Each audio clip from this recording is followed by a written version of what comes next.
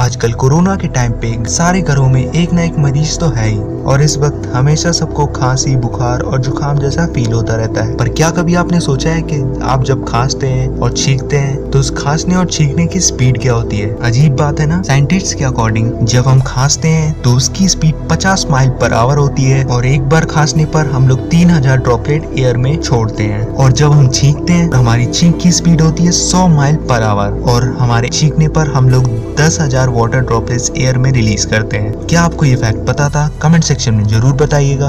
और ऐसे और इंटरेस्टिंग फैक्ट जानने के लिए हमारे चैनल को सब्सक्राइब कर लीजिए और बेल आइकन प्रेस करना मत भूलिए। मिलते हैं तब तक नेक्स्ट वीडियो में।